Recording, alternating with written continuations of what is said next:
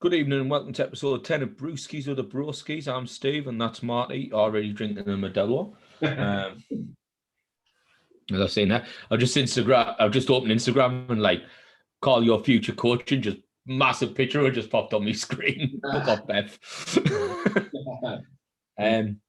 So tonight we've got a show. I don't actually know who the guest is who's coming on.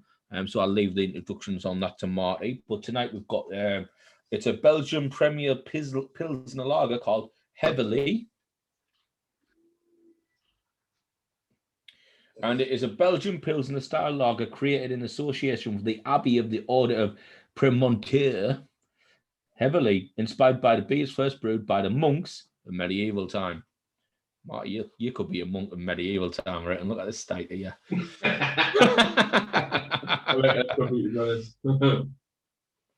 No doubt, right? After this call, after we do our Instagram, right?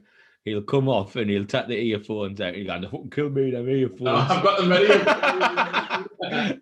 Every bastard time he comes up, he's like, what earphones killing me? Every week, they're just absolutely brutal. They just blow my lugs off. I haven't got any Modelo or anything to drink with the guy who's coming on, but I've got some Maxim. I've got on them headspaces that Mick gave us. I've got that Jungle Trip still off last week. I got another one. I've got the second one, look, because I thought we're going to get through. I've got some Scene Stealer, you know what I mean, from Siren. Nice. Keep 7%. I'm going to keep forgetting. Payday though, so we can afford it. Yeah. Well, obviously, we said you keep referring to that guy, but that guy is Liam. Obviously, Liam's a good mate of mine. Well, I really only known him for like the last, 18 months or so. Obviously, he joined and played for my footy team, and then he had about a season there. And now he's started his own obviously business where he does like life insurance, mortgages, and home insurance, I think, as well. So obviously, the company as well is called Marlwood. So obviously, we'll drop all the links and everything that as well. And he's a nice guy. Obviously, I think he's a couple of years younger than me. Just got engaged, so he's buzzing with that as well. So he's about my age then. So a couple of years younger than me. That's what I mean. I'm a man-child. Yeah? I'm a man-child. Yeah, it's well, got to go. So you should get cracking on the go then, because we're a bit late. Get things done for half past. Get Liam on the show. Oh, well, I just need to quickly give a shout out to Declan. I saw him last night. He was buzzing. He loves the show. He watches it every week. He had the T-shirt on when I saw him as well. Did he get up that? Give him a little shout out. Get on his page, Declan Finley, on Facebook and Instagram. Does DJ and he's got some good tunes come out. He was number 12. I think it was on the Beatbox chart last week. His debut single, not too bad. Not too shabby. So if you like a bit of trance music, get yourself on there. A good lad as well, Bet. Just thought I'd give him a shout out, you know what I mean? Well, nice bro. Right, so let's go with it on Instagram. Oh, the reason why I mentioned Deck is that he said that it's weird when you're starting grabs. We're just going to wait for Steve. What is it? Obviously, do you have to wait for Steve to join? Well, just introduce it and I'll just come in, man. You didn't have to do that. I'm just waiting for Steve. I didn't even know. I don't see that bit. Oh, it is, man. Just need to get on this here. Just going to go and load up this into the G now. Get this in on the live. Oh, best turn that camera out because you don't want to be looking at me, my wallpaper and me curtains and everything else. That's true.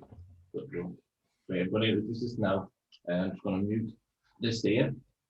Oop. Let's get the headphones in for this, otherwise I'll not be able to hear in the slightest. Headphones in, volume off. Here we go.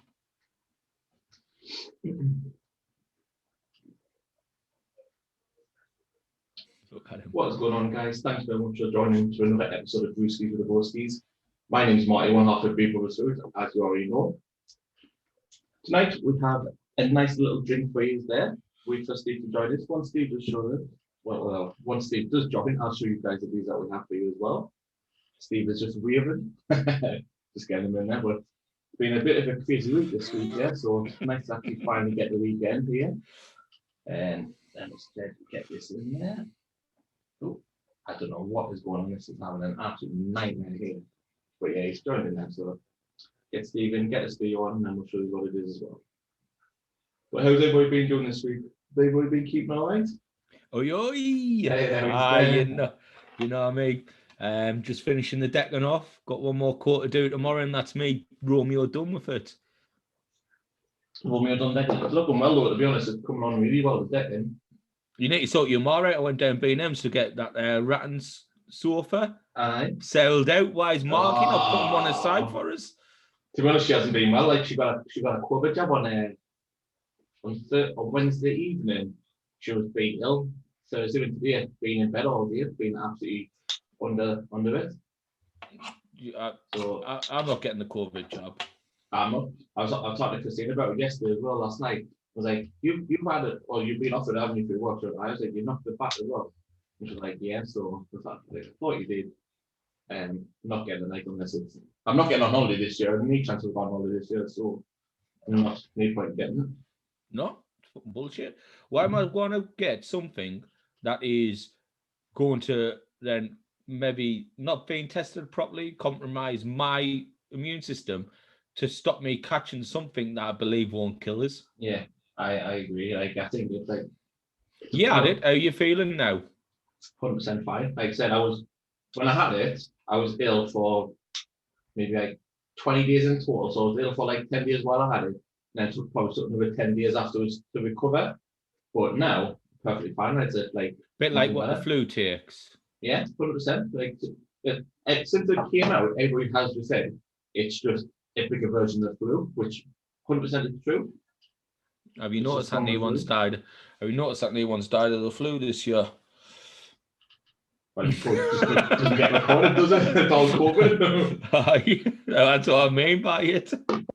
Any type of death this year, COVID related, there's nothing else. No, that's it. But yeah, it's been, like I said, we've said a few times now, it's been a crazy like 12 months. Like it was 12 months a day last Saturday or something, wasn't it? So it's been a mad 12 months. But yeah, it is what it is. Save some fucking money, I know that much. I know, I suppose that's what's been good for us. A lot of people save money and stuff as well, and pay off debt and stuff. So we need it with Kirill, the fucking little bastard, putting 10% on our season tickets. I know, I can't believe I'm getting 10% whacked on them. But bastard. I suppose it's got a good cause though when he's pumping in millions into the club, so I don't mind paying that little bit extra for it. We might be in the championship, so it'll be worth it. Yeah, definitely. Extra 30 quid. That's it. I was just showing off the wait for you to jump on before I show everybody what we've got here as well. But so we've got this one from Heverlee. Yeah. So this one is the pilsner tonight. And it's very rarely that we review a bottle, but yeah, we've got a bottle tonight. I mean, we've only got it because we got it last week and we never actually planned it in. We never had time to go and get these this week. So we'll get back in that reserve cupboard and pull this one in from there. Yeah. That's it. That took most of the fucking. Well, let's get this bad boy cracked open. Well, we'll do a quick review on the bottle. I mean, it's not really much there. I think it's a decent bottle still, with a fox in there. Tell you what, like, I wouldn't like to tap one round the head, like, on a Saturday night. Well, I'd get a slide off this, it would absolutely clean your right, wouldn't it? Oh, it's heavy as well. I think it's harder than the Nuki Brown. Millie's report came from school. I never tell her. Oh, who cares? The World Wide Web doesn't care. You got to school, that's all that needs to be worried about. She's never been? Millie, I know. When she has been, I think since September last year when we started, I think she's been in school maybe 4 weeks. Actually in school for 4 weeks. Home since then, which is ridiculous. I'm looking forward to your pour tonight. You've had a couple of mares these last couple of weeks. Well, I've gone back to the standard bagels glass over, so. Oh, the excuses now, mate. I bet it's still an absolutely horrendous pour. But yeah, let's have a go then, see how it goes. Tell you what, it's like the service of doors in this house, constantly slamming after slamming one after another. Boy, I'm not gonna lie, this is poured absolutely beautiful. I just want to show you that now. That is absolutely it.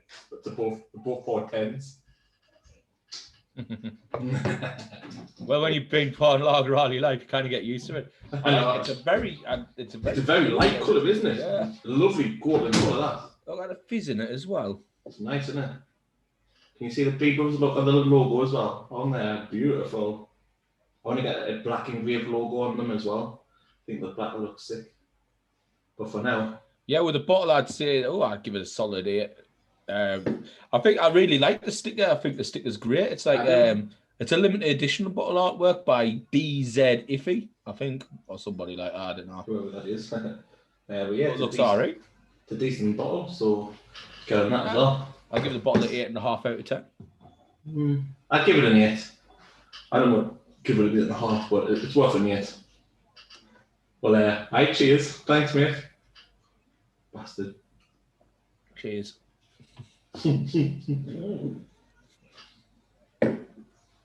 Well, I haven't been tanning a fucking Modelo in, have I?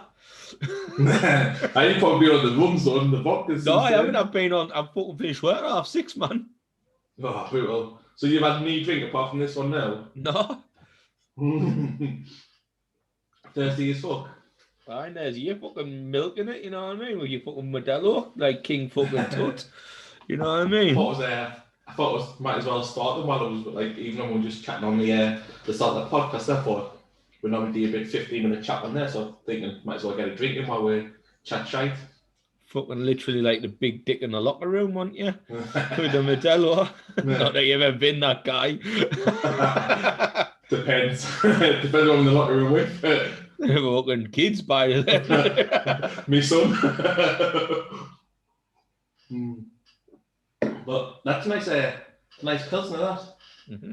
It's not heavy. It's really nice. Teddy would like it. Teddy would love this pilsner. Eddie, what do you reckon? Do you think Teddy would like a pilsner? Eddie loves a pilsner too.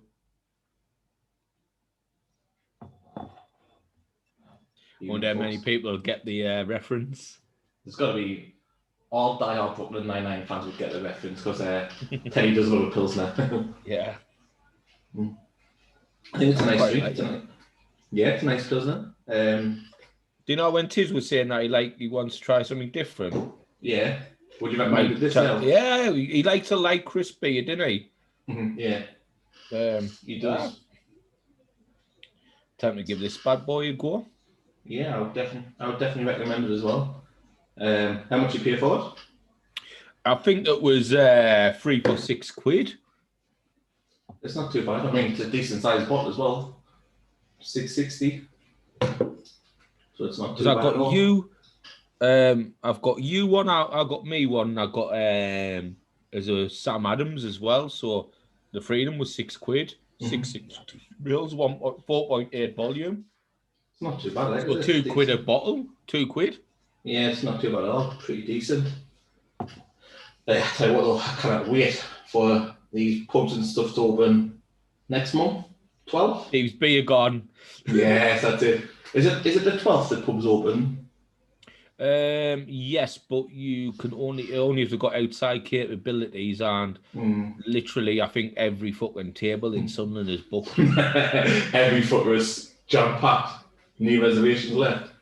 I might rent the decking out, £50 an hour. That's it. Get that decking rented out. Decent. If you want food, I'll get the barbecue or the pizza run on the go. The pizza oven out there as well. Tell you what, though, boy. This summer, got some good nights coming up. Like, have we? Well, you have. I've just been watching it from the other side, waving at you. What have I got like? You've got the decking out there. You've got the nice barbecue where we're on the go. The pizza oven. Yeah. I'm not sure I'll tag you in the post, mate. Don't worry about that. I can see. I'll go past on the metro. But like pull the emergency brake on the metro or something while it stops there. I was talking to Dave about coming up for your birthday. Mm-hmm. He's like, I can't. And I was talking about how Darren was like, oh, you fucking I'm not going to believe you were plum. Get a day off, and I was telling Dave stories. He's like, aye, fucking Darren's an arsehole, isn't he? And then he goes, and so he coming up, he goes, wow, it's a 2-hour drive up for me, and it's a 2-hour drive back, it's a 4-hour round trip. And I'm going to be honest with you, Steve, I just don't have confidence in Marty being down Sheffield for my birthday. Well, to be honest, even if... I went, I did, but well, when no one's going to be in Sheffield, because on your birthday, you always come to fucking Sunderland. You goes, that is true, like. That is very true. Well, to be honest, though, if you and Dave came up, there'd be something happened where I couldn't then come over, because, we kind of both be in the same place at the same time. No, I think this is the time. It's going to happen. You reckon? Yeah. Well, what's stopping you? You've already pre-planned it months in advance. No, mine's sorted. Oh, Dave, he's sorted now.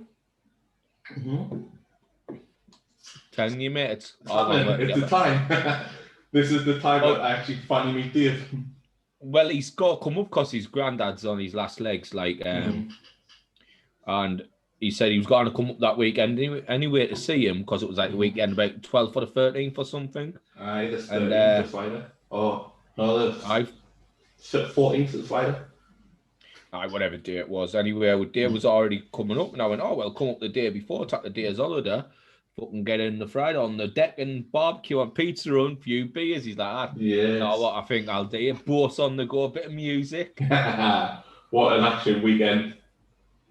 Yeah, and from his Darren will be there. That's the only drawback in it. That's it, you does it. Well, Christina just got a days off. She requested food today, so she's off like the Friday and the Saturday now. I was like, why didn't you put some lunch when? Well, you gotta be drunk anyway, so you gotta be in bed all day, so I might as well go to work. I was like, that is very true. Are you having a drink for on the Saturday night, are you? I think we're gonna go down maybe down the Palm with Peter and Point next door. Aye, well, the night to be is the Friday night at the Big Dogs. That's it. We've got rum, we've got whiskey, vodka, you name it, we've got it. Yes. Most importantly, we've got the pizza oven on the go. I might be sourcing the ice machine. Yeah. Oh boy. Just dropping them in. When I was at Stevie's last night, I goes, I've got an ice machine there, just needs some things in it. I don't know what they are. And he goes, you can have it if you want. I'll pour it in the West House when it gets done out. I was like, you're damn right. Yeah, what a guy. I just, one second before going through, I just seen Foster from $9 has dropped in. So I just want to give obviously a shout out to Foster while he's here now as well. Obviously we've got the competition run with them and the Govan Bowling Men's Health as well. So obviously if you're listening to this there, do check our post out, and Foster's out as well on $9. We'll drop his name in the comments below as well. Competition does run up until I think maybe April Fool's Day. Yeah, I don't know whether it's got if Foster's put a time on yet, whether it's like midday or midnight. But obviously, hopefully, we've got Foster on and the Govan Bowl on next week as well. So we'll be doing some sort of giveaway on the show. So Foster, mate, just let us know whether it's midday or midnight the competition will end. Just let you know, I had no idea they were on next week until Declan last night was entering the competition. Goes, it gets announced on your podcast on the Friday. I went, does it? What was like? Was it last week when I was ordering the t-shirts for obviously the orders that we had, and you're like, oh, so you get one's like, well, that's for our competition giveaway, and you're like, what competition giveaway? It's like, oh yeah, we're part of a competition. Do you not know? Didn't tell us out, do you? Look, you get the messages as well. I know, but I didn't want to read the messages because then you're in the middle of a conversation, and then you might look like you haven't. It's gone. You know what I mean? You might not know that someone's message. Then just read them later after at the end of the night. Yeah, I just let you inform us. I was reading the book. Obviously, I started reading it yesterday, but delivered, and I'm like 15 chapters in already. Like I'm halfway through the book. I think it's pretty good going for me. It's absolute shock because you cannot read. I know. I think I skimmed half it, to be honest, though. But page one, literally start reading it, and they've whacked off 3 people. Like they said, Gaz, Kooky, and Kev, and I'm thinking, I've got 3 mates called Gaz, Kooky, and Kev. All that knocked about again. I'm thinking, do I know these people here? Because it's all based on real life people. But then I realised it's further down south, like Hartlepool area. I was like, oh, they're not my mates then. But I was like, what a coincidence. Marty likes to spoil stuff, so best nip this in the bud pretty early, because then you didn't need to read the story. I would definitely say buy the book, like, because I've laughed loads. Oh, enter the competition, have a chance of winning it. That's even better as well. I can see Liam's dropped in here as well. Absolutely itching to get involved. Sorry, Liam, mate, you've got to wait till past to get on the show. But appreciate you dropping in here now. Well, Liam having to come in at past with us. What is that, like a booby prize on a Friday night? Well, I was just chatting with him before this, and he was like, "Oh, so what's the crack?" So I was telling him, and he was like, "Oh, well, I'll probably get a now in, and then the wife will be pulling us away because she's been at work all week and she wants some attention." We're like, funny enough, Liam, mate, you're only getting an hour anyway, so it's all right for you. He's like, "Oh, well, that's spot on then." I know. Fuck. But trying to push a couple of hours, do you think he is? But he was like, lads, like chatting him like all week since obviously last week, and he was like, I'm really looking forward to it, like just to get on and just to have a bit crack, a bit laugh, and have some beers, like with the boys. Like, when I feel like I've not done this for a long time. It's like, it's the best thing on a Friday evening. Like, even when it's just me and you, we didn't have a guest. Like, we speak to each other like nearly every other day. Anyways, but just to like, it's a bit boring when it's just me and you, Marty. I'm only joking. Fucking get out of it. You heard yourself. But yeah, Liam was like, he said, "No, look, I'm looking forward to this. So come on, just having a laugh and having a few drinks as well." Then I cannot wait. What? No. You haven't better. Bring them here. We remember last time I ordered the sweet mix. Yeah. I've had these for ages. They've been stuck in the drawer, and Mary keeps asking for them. Which one do you like the least? I don't know. You can have this one. This is the sweets. Last one first. That's a full one. You can have a half No, one. no, you little tramp. Half a one. No, you tramp. Half a one and on. Because they're going downstairs now. Well, Can I give us a half one? Well, London, isn't it? Well, that's it. Well, I'll give you the air. Hang on. Oh, that one, trigger. Blue, this one, that one. There we go. No. No, you're not solid. You could have had it all. I don't like these on She obsessed them. Is Ollie's decision making just like his stories take forever? Yeah, it took forever, and he's like, none in the end. So I was like, oh, well then. Then he moves laughing. See you later. Too late. Bye. Drinks the vodka. He drinks the Jaeger. His head's fucking massive. Ollie Robson. I call Amelia, I wind up all the time and say she's got a slab head. And I sing Harry Maguire song all the time.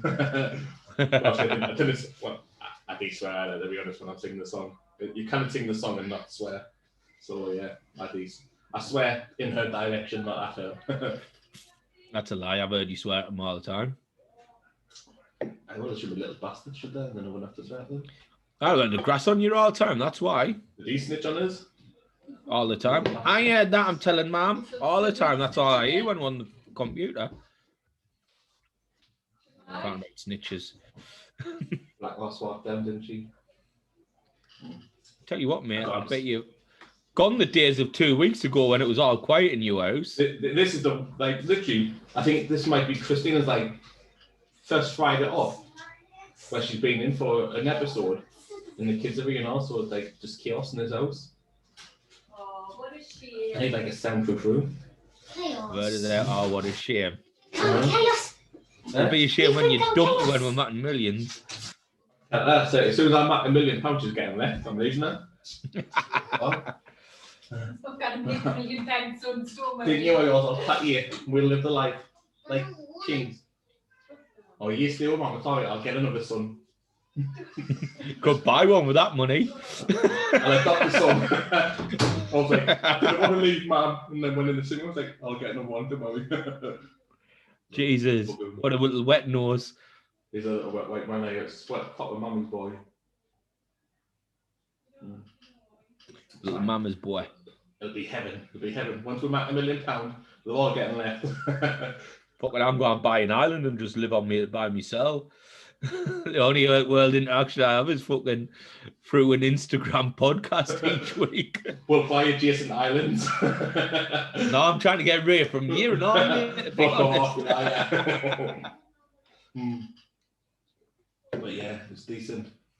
I've got like my phone was only on about 20%, so I've got it plugged in here as well, and the wires keep dangling down. But like it needs to be charger wise. I'll never get this episode done. See, because that's what I was thinking. So what I've done during the day is I charged it like a normal human being. I did, but today I've been watching free practice 1 and 2, so it's I watched it as it's well. absolutely drained my battery down. So I'm like, oh my god. I'll tell you what it is. It was been an absolute tremendous day because I woke up this morning and I went and I put the TV on and the NRL, the Australian Rugby League was on. So I watched 2 of them games. And then the Aussie rules football was on at the same time, so I was flicking between them, and that finished at like 20-12. Free practice started at half 11, didn't it? That's it. Straight into free practice. It's so much better now though for like when you've been an hour long. Aye, Class. they get so out. It's all action, isn't it? But didn't it? They did again when they like an installation and then wait half an hour. They've got to get out and get it done. I'm 100% better. I'm a bit nervous about Alpine, like. About who? Alpine. Renault. Who? Alpine. Renault. Oh, Renault. Oh, I don't know what you're saying. Been a bad day, I reckon, at the office for them. I think they just got to get used to it and used to the setups and stuff. Well, no, well, I think this morning one they said like they were well off the pace and they came out and said we were doing a lot of aero work, like using that free practice test to try some aerodynamic stuff. Yeah. And then in the second one, you just didn't know what they've got in the engines, in the tanks, do you? Actually, it's like you don't know what they're doing, like low fuel ones or what, but If they're sandbagging son of a bitches. Well, I'm looking forward to seeing most this year. For me, I'm looking forward, obviously, apart from seeing Nando back in the fold, I want to see Perez in that Red Bull, because Perez is a fantastic driver. And once he finds his feet and gets used to the car and stuff, he'll challenge Max. Do you reckon? Yeah, 100%. You cannot be that quick in maybe a Force India like last season. I mean, I know last season Force India was like Mercedes from the year before, which is always going to be good. But yeah, you cannot be that quick in that car and then not be quick in a better car. Well, I was reading something. He outscored Alex Albon by 20 points in a car that was probably his inferior. Man, like he's a class driver. Like he's just a natural racer as well. After seeing today's free practice, I went and done a couple of driver changes on the F1 thing. I didn't know whether we could change it. Can we change it until qualifying tomorrow? Yes. And I'm going to keep an eye on it in the morning. But I've inserted Gasly because he looked pretty good today, Gasly. He did look really, like, I felt, obviously, I know you haven't watched Drive since season 2 yet, but I felt sorry that he never, obviously he didn't get the seat back at Red Bull. But then I think, again, it's better that he hasn't got the seat back. Yeah. He'll be gone from then next year. Oh, his contract's up at the end of the year.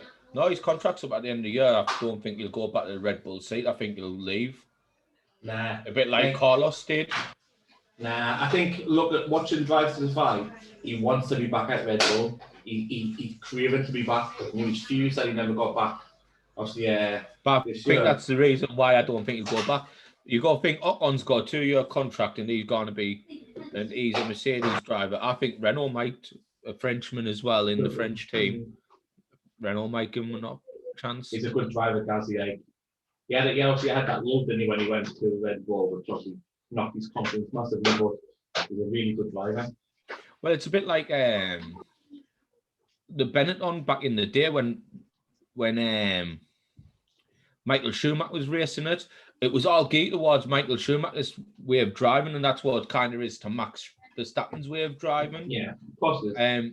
So when you go from a Toro Rosso to that, everyone's like, oh, well, he's a good driver, he should be able to handle it. But you might be better at a car that is not all over the place at the front, like Max likes it. Yeah. So it's like when Jesus Christ. The Mercs up there, front end, happy today, going around them, making pace corners look twitches out. Yeah. So, all over the place. So with the Benetton, what happened was Michael Schumacher, he won 2 championships and he left for Ferrari. They brought 2 people in to try and race that car and they just couldn't do it because it was geared toward Michael Schumacher's style of racing. Yeah. And it set them back for quite a few years. And if Max Verstappen never left Red Bull, I think they'd be in trouble. Like, Yeah, Max is not going to leave. I think Max won't leave until he's made like 2 or 3 world championships there, and then he'll go. Ferrari the only place he'll go to, because for every driver to drive a Ferrari, it's got to be the dream. no, not at the moment, though, is it? Obviously not at the minute, but come next year when the regulations change and everybody's balancing on that level playing field. You know what it is? The regulations change. I'm going to go on a limb and say it out now. Ferrari and Alpine will probably be the front runners. Do you know why? Because McLaren, Mercedes and Red Bull will all be fighting for wins and things, because I think McLaren will do quite well this season. I do. And they're going to have to still develop this year's car to try and win this year. Whereas Alpine and Ferrari have a shit at the first couple of races, like, abandon this year, let's just put it all into next year. Well, I was reading, obviously, I was listening to it now, and they're saying the way the regulations come into play next year with obviously testing and stuff, like, the shittier you are, the more time you get in the wind tunnel, and the winners get the least time, so they're trying to balance out. Like, imagine like Williams next year just stepping on like first race podiums because they've had the most time in the wind tunnel. Ferrari, if you got to have a shit year, Ferrari's had it at the right time. Williams are like, well, we might as well get that wind tunnel now because we know we're going to finish last, so let's get some now, boys. Yeah, I think next season's going to be really interesting to see. Obviously, the regulation changes in the balancing out of the caps and stuff. Let's hope it's a little bit better than what, because the last regulation change has just fucked it right up. It's not been competitive at all. It didn't work. I'm definitely in favour for reverse grid starts. I think you should have the sprint race on the Saturday of a reverse grid. 100%. 100%. Yeah. 100%. Let's see how good Lewis Hamilton's gone through the field. Well, he's good, but he's the Mercedes is not good for following. Exactly, that's what I mean. We already know that. I think, yeah, I'd love to see a reverse grid start, me. But the only problem with that is you could get people who like finish ninth in the fucking sprint race and might finish second in the good race, right? And then you got somebody who wins the sprint race but finishes like 10th. And they've got less points than the guy who hasn't even won a race. Who'd do it, wouldn't it? Be absolutely sick. But then let's say if in the sprint race you only got, let's say, 10 points, and then for the feature race you got 25, you could have people who were like, just say, right, well, the sprint race I'm only going to fucking try and get the 8th or 9th, pick up a couple of points, and then score more points in the fucking feature. So then it'll become uncompetitive. People like fucking Nicholas Latifi winning and that because everyone's sandbagging. And there he goes, Alonso down straight at 70 miles an hour. I'm not getting it with gear 1. I'm stuck in neutral, boys. Yeah, there would be so many controversial things that would happen. I think definitely there would be. There'd be a few little changes kicking about, but yeah, I'd still love to see it. I'll tell you what though, I've poured this one out already because I've drank the other one, which is lovely. Now, I know we only had it last week, but I forgot how nice it was. The smell of it is unbelievable. Have you had this one from Siren? Scene Stealer, California IPA. No. Oh, smells lovely. I'm going to order the drink pack tonight now with the one with the mixed cheeses. You were saying that absolutely unbelievable. Mm-hmm. I think it was like 28 quid for the glass, the beers and the cheeses. Going to order that tonight, I think. Well, I'll probably forget now after I finish this show because I'll be probably steaming, but maybe tomorrow. Good pour. Damn right it is. Don't forget it. Probably do that at 9.5. But let's finish this one before we're going obviously elsewhere. Yes. I think we agreed 8 for the bottle in total. Good bottle. We never agreed. Bottle. I said 8.5. You said 8. So it's getting to 8. So yeah, 8. Paul's were 10s on the Paul's were spot on. 10 for the pause. Taste, I'd give it a 8.5, 8? 9. 8? I'll give it an 8.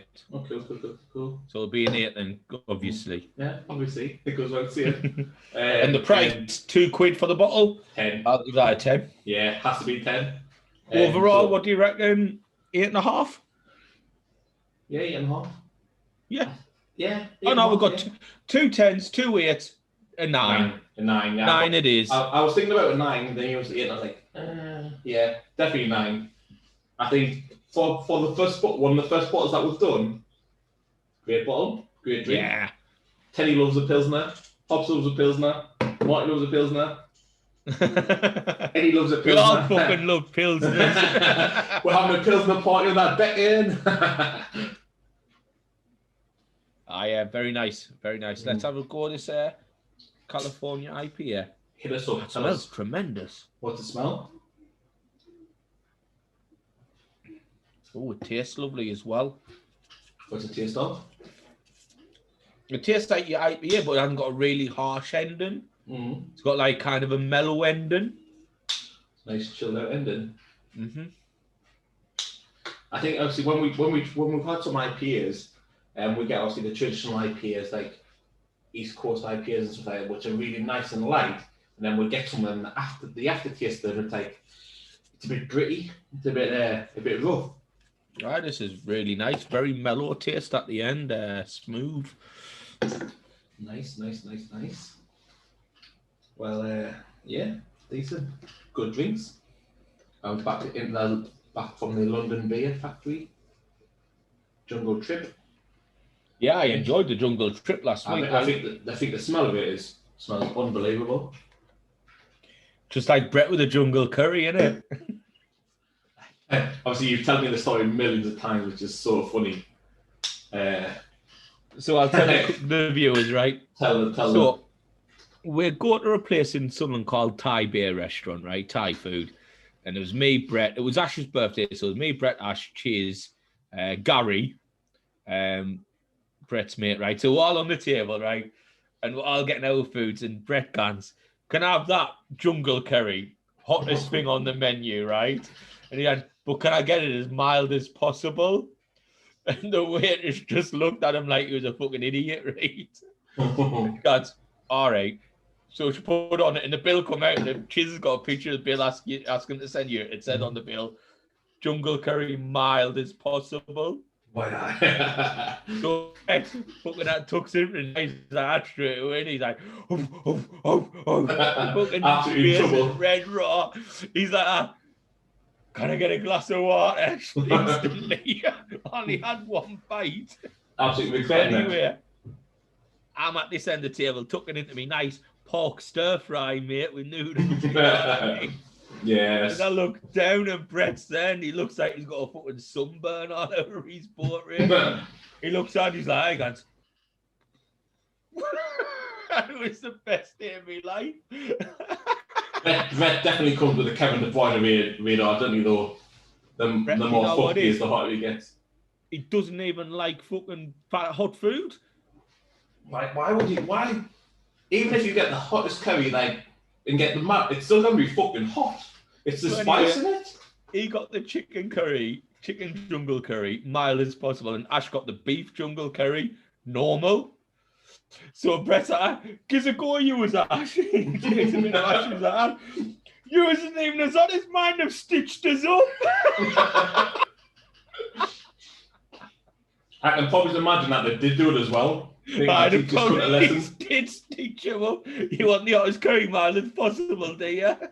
Not at my restaurant. Do you know what it is? It's the spices that make the taste of the curry. So when you say mild as possible, you can't get any milder because you can't remove that spice. Like yeah, you can't remove the spice. It's like getting a madras and saying, "Can I have a madras? But can you do it to the spice of a korma, please? Just get a fucking korma, mate." No.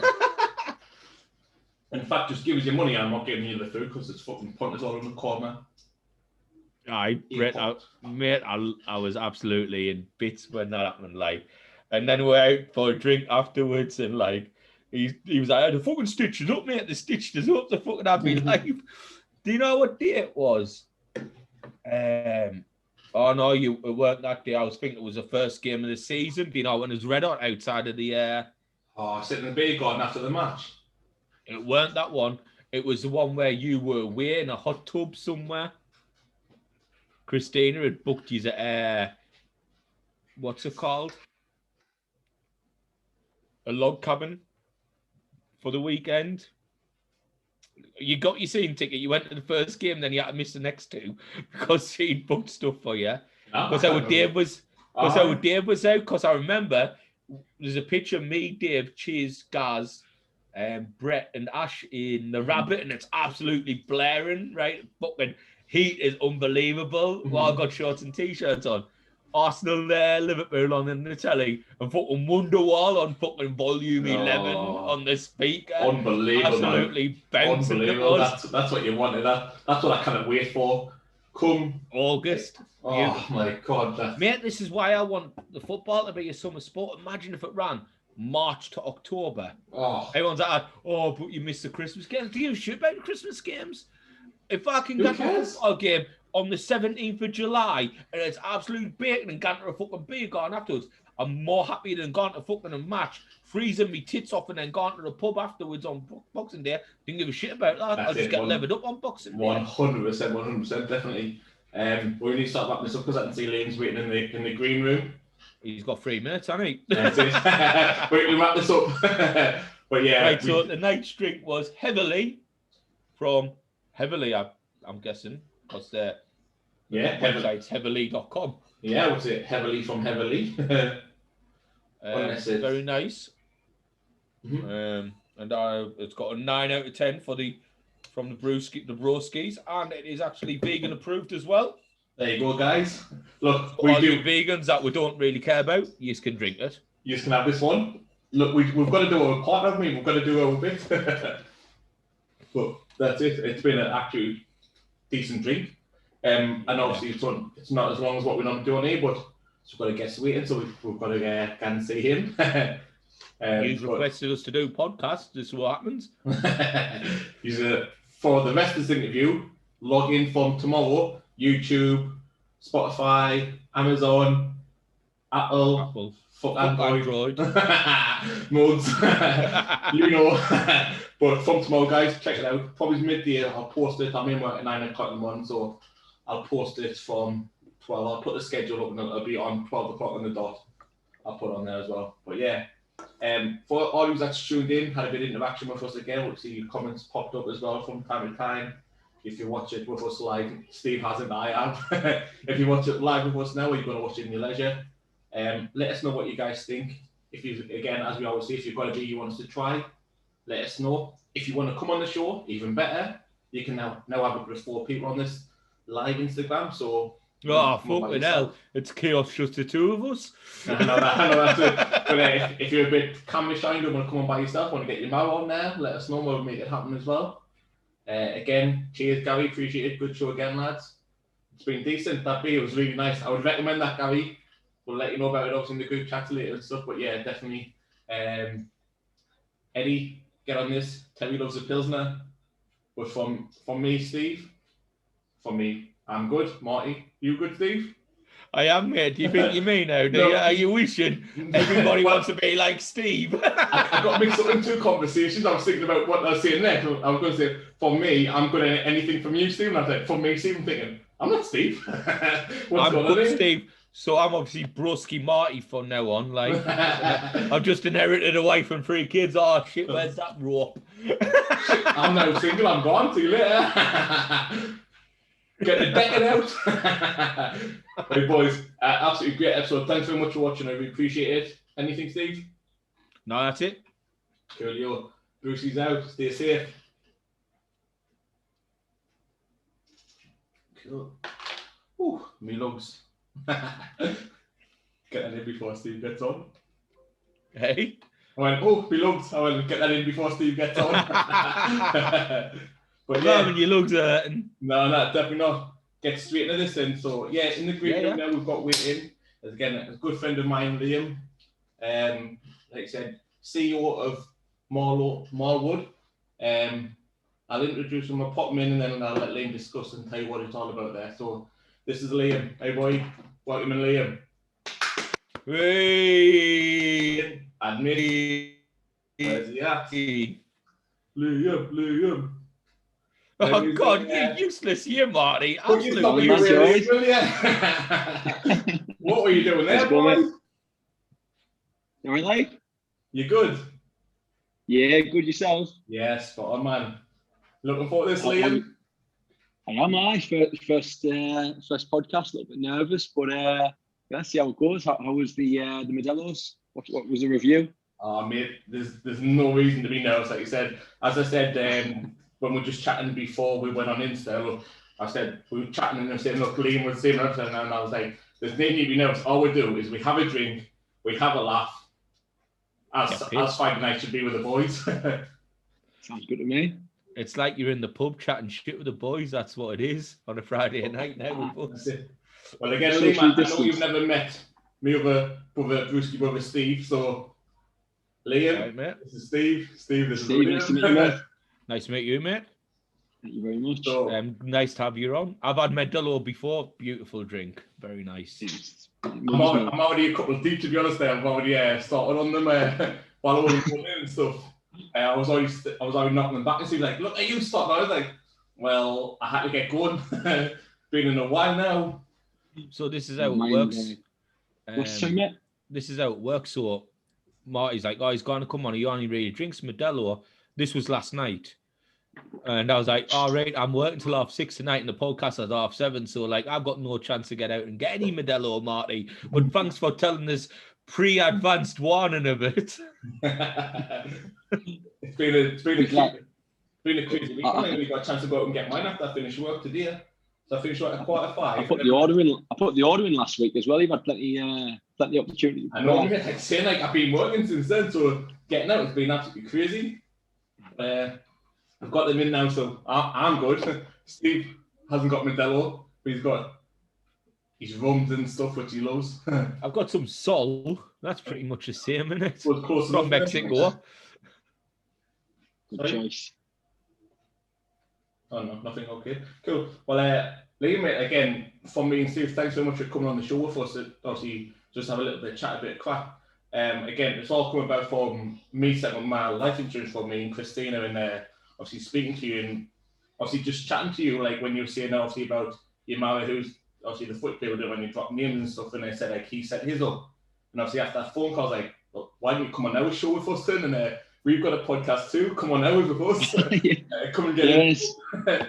Yeah. So first of all, thank you very much for having us. It's good to catch up again for the second time in the space of about a week. I mean, not seen each other since the Grange days, like a couple of years ago. It's been. Where's the time gone? It's crazy, like. But it's good to see you. Like as we were saying when we had the appointment for work last week, it's good to see people like start something new and just make a go of something. Do you know what I mean? Especially something that you enjoy. I suppose for me, lockdown's been kind of like it's been terrible in so many ways, with like people being sick and like not seeing your family and friends, but from like I think from a personal point of view, for some people, it's been like an opportunity to kind of to develop and to grow yourself and to try something new, like try setting that business up that you wanted to do, or try starting that podcast and see where that goes, get that to take off. And yeah, for me, it's been good to kind of like it's a good opportunity. Yeah, definitely. It's good to see you doing well with the podcast. Yeah, it's been decent, to be honest. Like I said, we started this obviously just for a bit of fun, really, to try and get a bit of free food. That's what that was the aim. But it's always a bonus, like. That's it. Then Corona came about and obviously knocked us for 6. But I suppose in times like that, then obviously you find yourself thinking, what can I do? What can I maybe put a security blanket in place for like you and your family, like maybe see what you can look about. And then from obviously this, I'd imagine this is where you come up and said, look, well, actually, this is now what I'm going to do now. And I think probably leads on to a perfect chance for you to let us know what it is actually that you did in this last 12 months.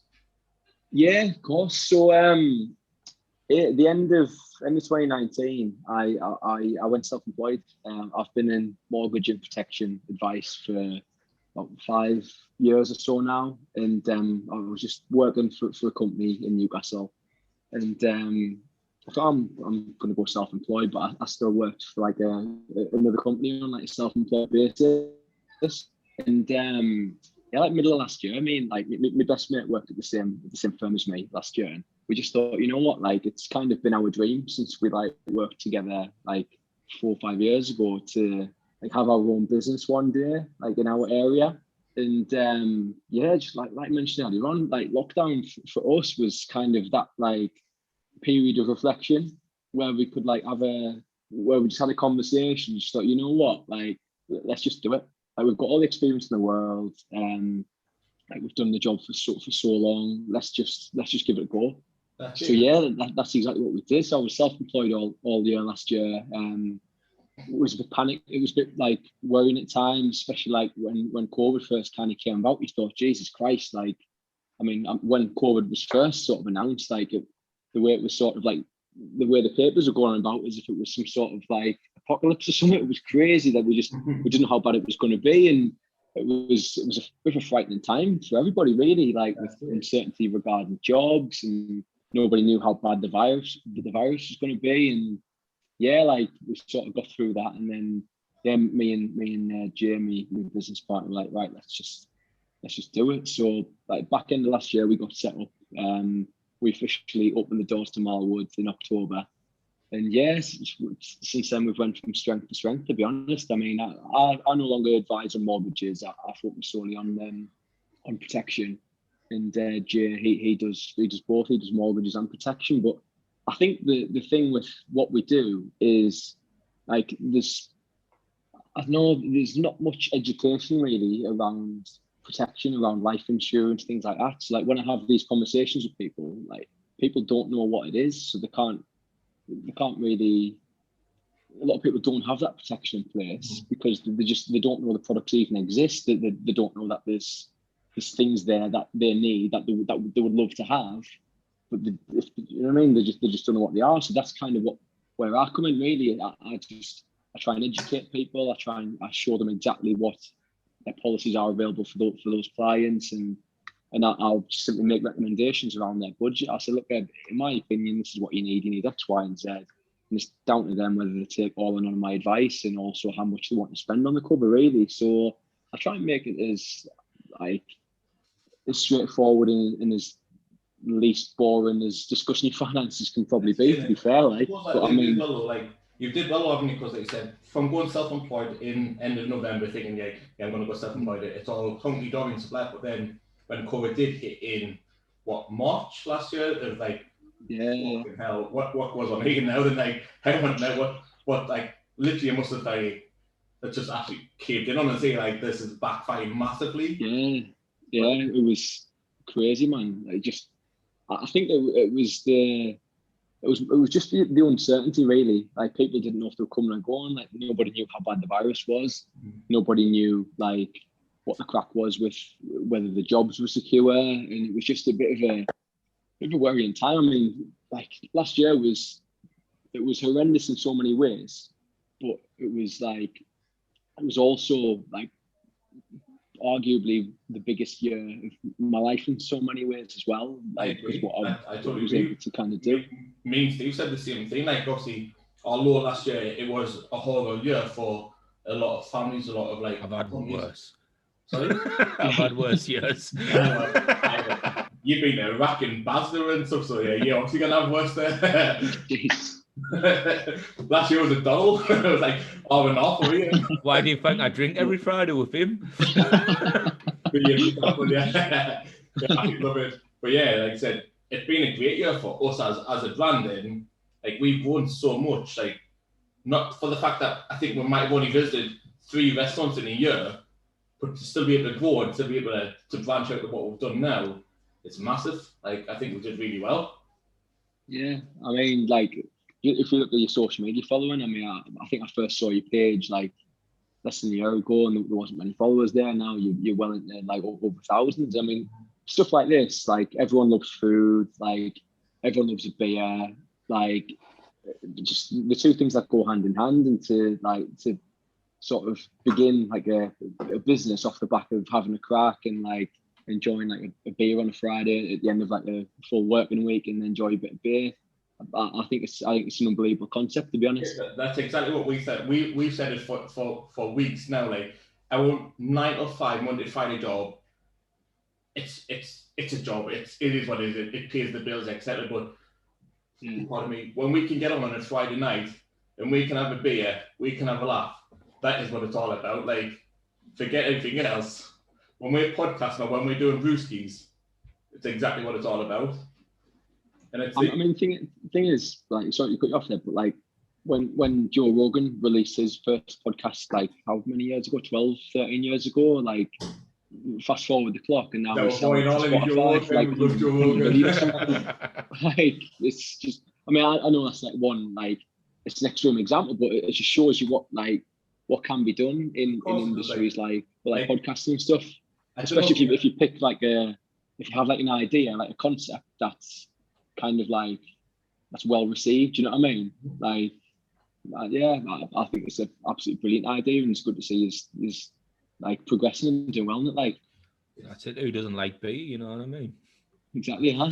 That's it. At the end of the week, who doesn't like to like crack open a nice little bottle of Modelo and then have a bit of laugh with the boys and stuff like? But it's decent, like me and Steve always said, we've always led off the philosophy like Rome wasn't built in a day. We know like now it's not £1 million business, but who's to say like in the next 5, 6, 7 years it might not be. We know it's not instant success overnight, but what is? Mm-hmm. Well, exactly, yeah. I think things like these like get rich quick schemes and like going to be millionaire overnight, I think it's something it's an idea that lazy people sort of cling on to. I think, like you said, I think you need a plan, and you need something, you need goals, and you need to work towards something. I don't know if you follow Joe Rogan on Instagram or anything like that, right? Yeah. Joe Rogan, sorry. Gary V. Do you follow him? Like, he put a video. Yeah. And then it was like from about maybe 3 or 4 years ago, and there's some kid in a Q&A said, "Look, I invested all my inheritance, my life, like my family inheritance on a get rich scheme, and it backfired." And the guy went, "That's your fault." And the kid was like, "What?" He's like, "Why?" He's like, "Because you weren't patient. You thought I can make a quick buck now, so I'm going to go for it." And now you went, patience is a game. Like, patience is the way forward. Like, you have to be patient. You can't just start something up and then think, "I'm going to be massively successful." Like, it's a slog. It's a grind. It is. It's never overnight success. No, not at all. I mean, I suppose to kind of like use like it's like my example. Like I started off in finance after being like let go from a sales apprenticeship. I got a job in a banking call center. Then like 10 years later or something, I'm at the point where I've been able to set my own firm up. And I mean, we're nowhere near where we want to be. Like we've got goals and plans and things that we want to achieve and stuff. But to be honest, like I'm not even thinking 5, 6 years down the line. I'm just enjoying the journey. Like, I don't consider it a job what I do. Like, I suppose like Marty, you're a client yourself. Like, it's like on an appointment, it's just having a crack for half an hour, an hour. It's not. I've worked in jobs where I've hated them. I hated working late. I hated working weekends. Hour job, Jesus, my God. Doing like 3 late shifts a week, no interest at all, miserable. Now I don't. I like working late. I like working weekends, because it's sort of every bit of work I put in it. Every weekend I work. Every late night I work. It's sort of like working towards. It's another step closer to what we want to achieve. It's kind of the way of you hate working the late or the weekends to make somebody else money. However, when it's yourself, you enjoy because it's something that you've chose that you want to do. So you're not bothered about working, because at the end of the day, if you work a weekend, it's only going to increase your profile and not somebody else for them to get the money what you put the hard work into. Exactly, yeah. Like you doing your podcasts, you're giving up your Friday night every week from 7:30 till 9:30. Like if that was the job, if somebody said to you, "Oh, will you come and just do this for us like every Friday, 7:30, 9:30," you'd say, "No, fuck off. What copy I'm that? no interest." But like when you're in a position where everything you do is to kind of to benefit yourself and to sort of work towards your dreams and your targets and stuff, it's a completely different ballgame altogether. Like, I absolutely, I love what we do now. It's just the difference in me mentally, I think, from where I was at 2 years, when we played footy, Marty, the difference in me mentally then to now, I'm probably as unrecognisable. I just feel so much better. Just that knowing that, like it's, I don't know, I feel like we've got a bit of a project at the minute. Do you know what I mean? Yeah. Like, it's a complete blank canvas, just starting something from scratch, just trying to get to where we want to be. And obviously the clients that we've got, like every client I've got is somebody that I know. It's just not just random people from parts of the country where I'm never going to meet them. I've never met them before. Everyone I know is, all my clients are like friends, really. And so I think it's a bit of a personal touch for you, isn't it, as well? Like you said, like anybody that you speak with, when it becomes a client, you've had a pint with you, that you've had lunch with, like you've not known them from Adam to start with, but exactly. You can then tell at the end of the conversation, you can recite something personal about them because you've gotten to know them in that process of setting up their life insurance. But it's not just life insurance you do, is it? You do other things as well, isn't it? Yeah, so we touch on 3 areas for a client, really. So the 3 areas that we talk about is life insurance, which is like your death cover. Then there's critical illness, which is like your cancer cover, and income protection, where it basically pays your wages if you're off work because of like an illness or if you have an accident. And it's really like, well, getting to know people and then just like finding out everything about that person's situation. Like, do they have kids? Do they have a mortgage? How much sick pay do they get from work? What hobbies do they have? Do they play football? It's just about making recommendations that suit them. That's all it is. Like, I don't try and like force anything upon anybody. I just say, look, like, this is what I think you need. Because in my professional opinion, obviously I'm qualified, I've done the job for a long time. This is what I think you need. And this is the reason why. Like, what would you? Yeah, like, what's your?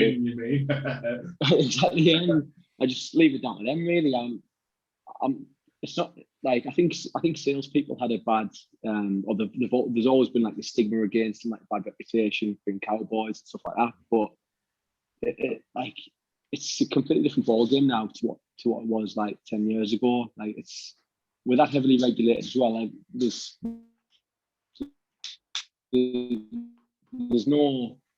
not many cowboys in the industry anymore. And I mean, like I say, about all my clients and my friends and family anyway, but my reputation is all I've got, really. If I do a shit job, that's on me. And if someone's life insurance doesn't pay out, if they don't have enough cover, that's on my conscience that I've arranged a policy which is no good for them, and I couldn't live with that, to be honest. So what you're basically doing is that you're, so like say a joke, like Marty came in, and obviously like me and Marty's 2 completely different people. I'm single, no kids that I know of. And then there's Marty, wife, 3 kids. So obviously what you do, Liam, is that you're catering a package to the person's needs, basically. So there's no point in having like over coverage. Exactly, yeah. So like I said, everyone's completely different. Like Marty, wife, kids, got some risky hobbies, plays some American football, he plays football. It's like he eats a lot of fucking fatty takeaways as well. The amount of grease that's running through his. I was going to say this in it. I was going to say that he's lucky on the questionnaire. It says, "Do you smoke? Yes or no?" It's lucky he doesn't say, "Do you eat like 3 takeaways a week? Yes or no?" Or he'd have got the big reject sign on it. Yeah, that's the club load. That's it. But we'll just trim this bit out, Mike, just in case. We don't want to. Is your blood content 50% grease? Yep. Have you got garlic sauce going through your veins? What was that? Probably that's him. Have you got garlic sauce in your veins? I can't hear what he's saying. Have you got garlic sauce in your veins? He's saying. Oh, probably that. I had garlic sauce in my beef before I came in here. Like, that's gone me food, mate. Because well, literally, I left the house at 6 o'clock. We only went to B&M to see if I could get some Modelo. There was none in there. I went to Sainsbury's, got it from there. 12-pack. I walked up with a crate of it. Chrissy went, Yes. I was like, no, I'm getting this crate, bad boy. Yeah. Well, 4 of them's like a £5, innit? Or the crate's 12 quid. Yeah. I had 12 quid. So you got to go for the crate, and it's quid worth the for 12. money. I was like, I'm having all them. So I picked the crate. Then we went to the pizza shop. I ordered at 6:20. By the time I went to the pizza shop, I was in the pizza shop for 6:30. What pizza shop did you go to this week? Eh? What pizza shop did you go to this week? Oh, Southwood Chippy. Oh, Jesus. I just had a mad experience there. So I went around a local takeaway and ordered mixed kebab, a chicken KF pizza, and went in there. They're like, "Oh, you've actually you've got a free garlic bread as well." I was like, "Oh, well, that's far too much food to be fair. There's only me and my fiance." No. So anyway, I was Look at him. No. I hope he still took it. So I'm driving home. I did. Driving home. I'd be cancelling my insurance right now if he said no. I've strapped me bit in the passenger side, got me pizza, my garlic bread, and me bag of like kebab and stuff. And I thought, you know what, Demi's going to kill us here. I've got far too much bread. This garlic bread's going to go in the bin. So I thought, I'm just pulling in like nearly where we live. And I thought, you know what, I'm going to, just the first person I see, I'm going to pull over, wind down the window, and offer this garlic bread to them. So anyway, I saw this woman like walking 2 little dogs. And I just pulled over. I said, "Oh, excuse me. Look, I got far too much food from Geordie's. Like, do you want this garlic bread?" So she came over, just looked at me like I'm from another planet. And she sort of like came walking over the car just to sort of like make sure that not some sort of like kidnapper or something. Looked in my window, saw that there was genuinely like a shitload of food there, far too much food for 2 people. So and she just took this garlic bread. Anyway, I've went on Facebook about half an hour ago, and it's a lad that I know's mum who took garlic bread. I didn't even know who she was. So it's just went viral on Facebook in my area, and I've rang her. I was like, "Oh mate, yeah, that was me." His mum sent me a photo. Yeah. What's this mean? What you said garlic bread was like? It was impressive food, like chicken KF pizza. It's a regular in our house. No. Chicken KF is... No. I do like a chicken KF pizza, but can't have any mushrooms on it.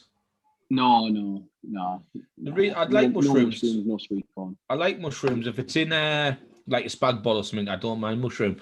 But when it's on a pizza, I always think the mushroom like makes it soggy. I'm not a fan of mushrooms. They've just opened up a grill and chilling, people, eh? So I didn't get mine and Marty's is pretty much the same. Donna meat pizza is the boy, like that is the daddy of them all. What is your go-to pizza? And would you say your go-to pizza was the chicken KF? Yes. Yeah. We want one of those. Thanks very much for joining. See you later. No, not at all. Because chicken KF, my second favourite. I do like a chicken KF. I will admit it. We actually like making them. We try and make homemade pizzas. We're moving house later on in the year. Oh. Sorry. Yeah. Before I go there.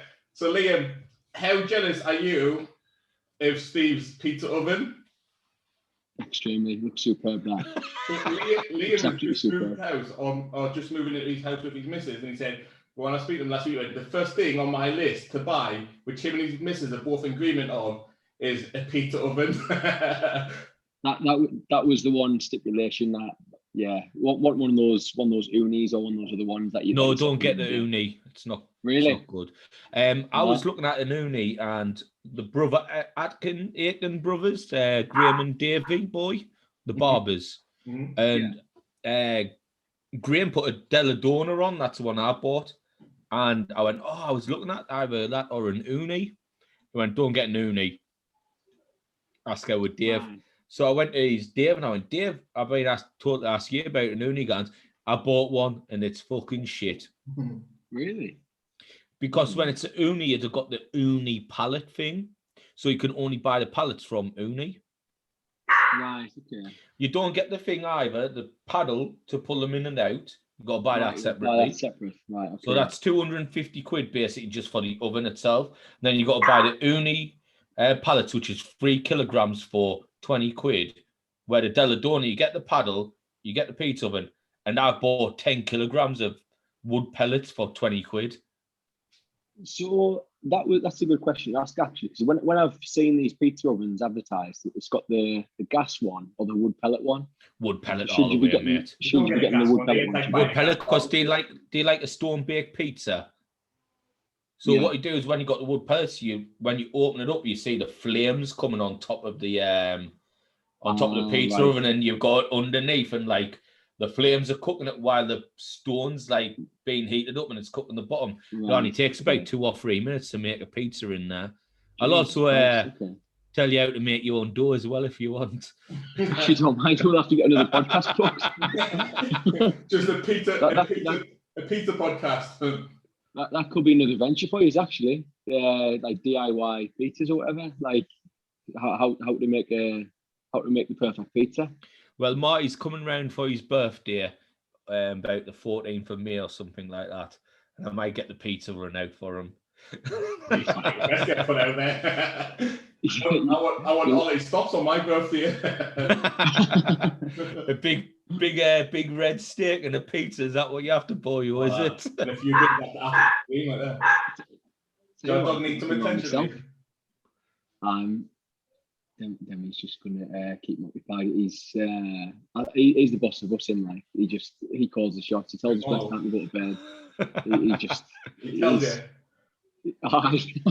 He's a free spirit. Is our sonny like? I don't know if you see, but early on Insta, I was literally must have been about maybe 11:30 this morning. I was trying to do work, and the cat jumped up on the table, was walking across my laptop, walking across my work computer. I was like, will you just fuck off, will you? Like, literally, exiting policies left, right, and center. I was like, I'm going to get around here, man. What are you doing?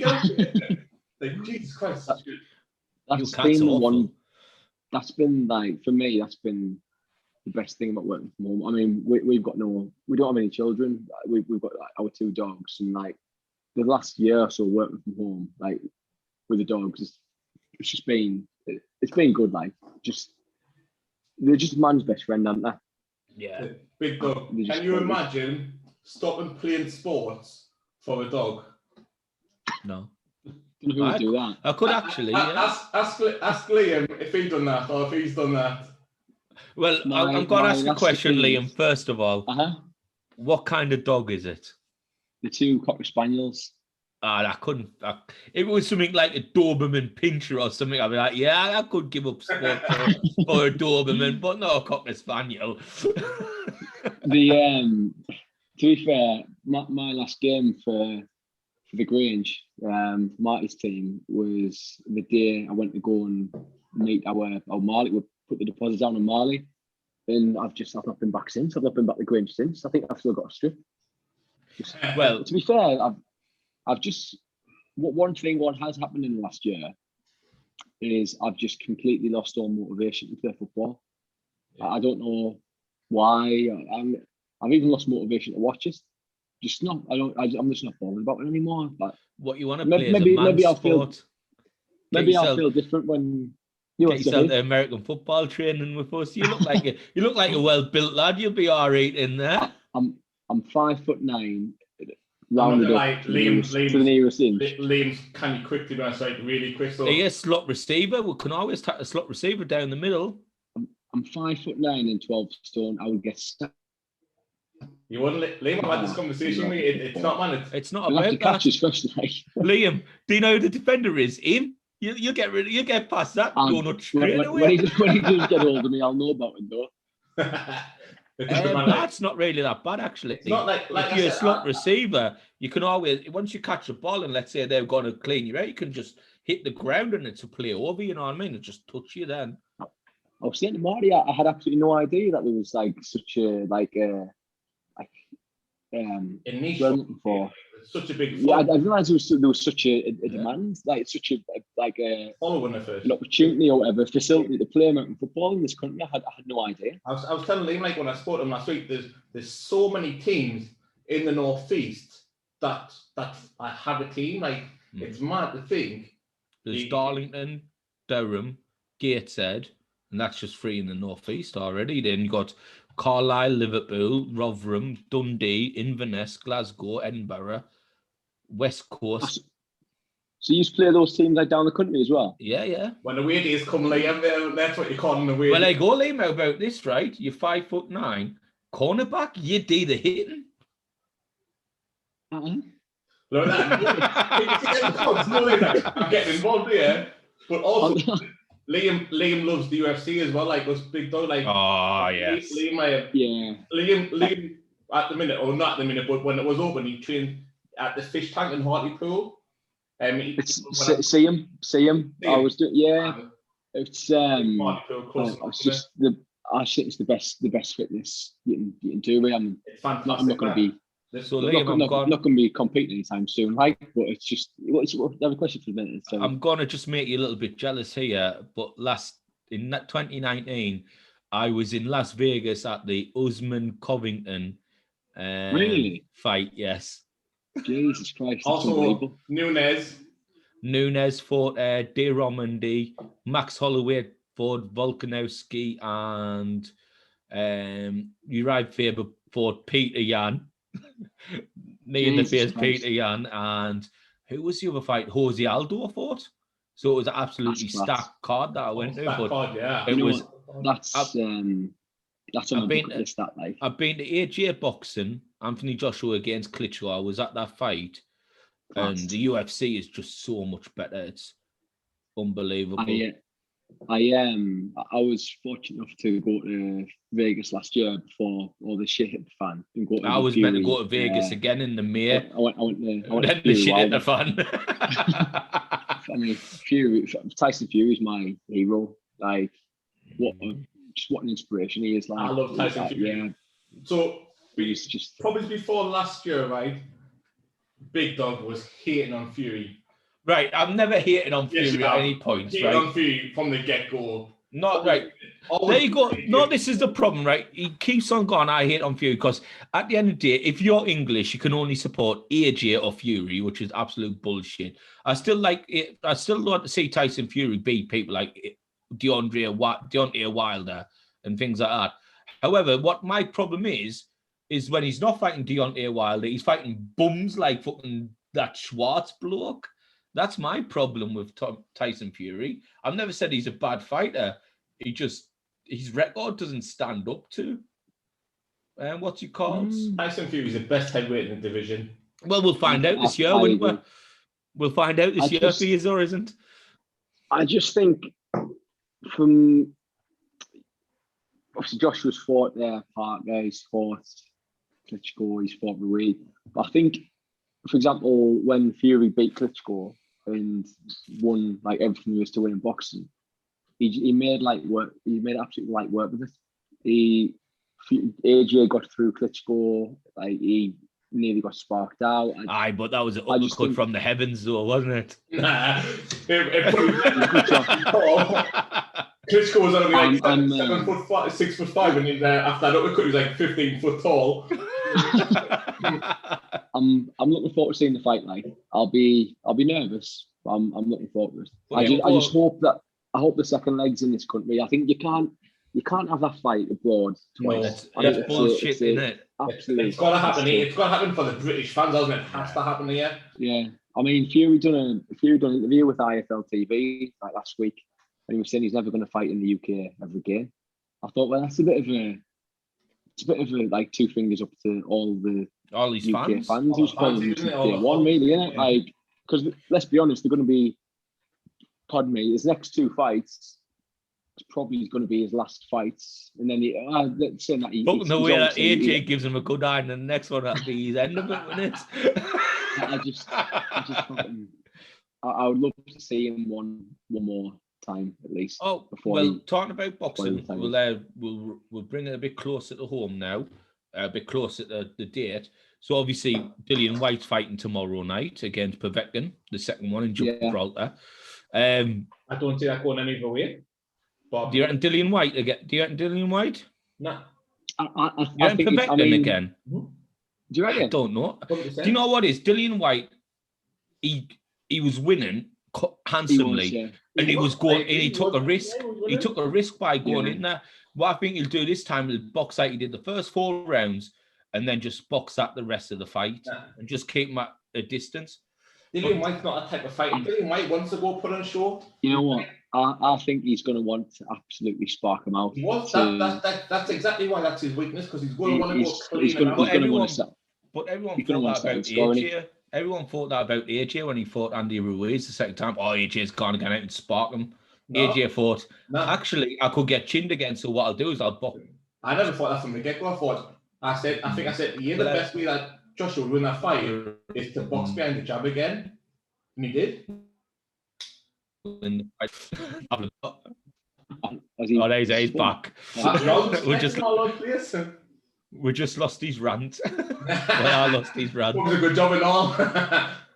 No, but I think Campbell Hatton's like as well. Yes, I think he'd be a good little fighter, Campbell Hatton. Yeah. Who was that? Sorry, I never heard that one. Ricky Hatton's son is fighting tomorrow. Is he? Yeah. Yeah. He signed on with Eddie Hearn, hasn't he? As much as I hate Eddie Hearn, he's a fucking genius. He's a genius. Oh, yeah. I like Eddie Hearn. I think he's all right. I hate Eddie Hearn, because the man's a genius. I used to dislike him, and then I thought, you know what? Like, he's actually absolutely mint. He's a genius. He's a genius. What he's done the last however many years. Well, look what he's done for British boxing. Like, he's put back on the map and everything. That's what I'm saying. Like, he's a genius for what he's done. He's fantastic, but I just hate him as a person. Do you know what I like about him? Is that I like the Anthony Joshua impression. No, when he came on, he's like hee motherfucker, and like that. Eddie, we are live. Yeah. He's Anthony Joshua. He's good crack like that. I watch his IFL TV videos all the time. I think he's absolutely hilarious. I like how he started. Didn't he start off like selling like double glazed windows or something? Nah, he's silver spoon, He's dog. He's Barry Hearn's a millionaire, man. He is, but I'm sure he started off. He didn't just dive straight into promoting boxing. No, I think he started telling him he's got to go and do something first of all, and then he obviously Barry Hearn owns Matchroom, so he owns like Leighton Orient, the PDC darts and things like that. Fantastic night out. Just put that out there. He did, and then he was like, obviously Eddie saw a niche in like the boxing market in Britain, because you had Frank Warren who didn't have the money, and you had that Malone guy who fucking was Lennox Lewis, who's now a woman. Yeah, you had them, and the British. Let's be honest. After Lennox Lewis went, British boxing kind of took a nosedive, didn't it? Took a load, yeah. And he kind of saw that, if I can get a promotion running here, and that's why it's Matchroom Boxing, Matchroom, his dad's promoted by Eddie, which is his son. But it's all these stars' money, and he even said in an interview, I was like, my boxers come from like roughneck background, and I'm a silver spoon and me gob type guy. But I think he's Eddie Hearn's been absolutely tremendous for British boxing. We wouldn't be where we were without him. No, I think you're right. I think it's probably the biggest country in the world for boxing. You could argue at the minute. I mean, America's got some good boxers as well. I mean, America wants to always dominate the heavyweight champion belt. That's what the Americans want, the heavyweight. They didn't really care about the lighter weights. When I was in New York, AJ was fighting Andy Ruiz. Not even on in a pub anywhere in New York, it weren't. Really? And Andy Ruiz, American boxing heavyweight champ, I went into the pub and it was Lansdowne in New York, and it was all college football, and I went, can you get the Anthony Joshua Ruiz fight on? She's like, no, we didn't really put boxing on me, and no one cares about it. Jesus. Why didn't Wilder he wasn't selling out arenas, was he? No. Crazy. Like over here, like everybody in the country's heard of Joshua or Fury. Like they could sell out arenas all over the country.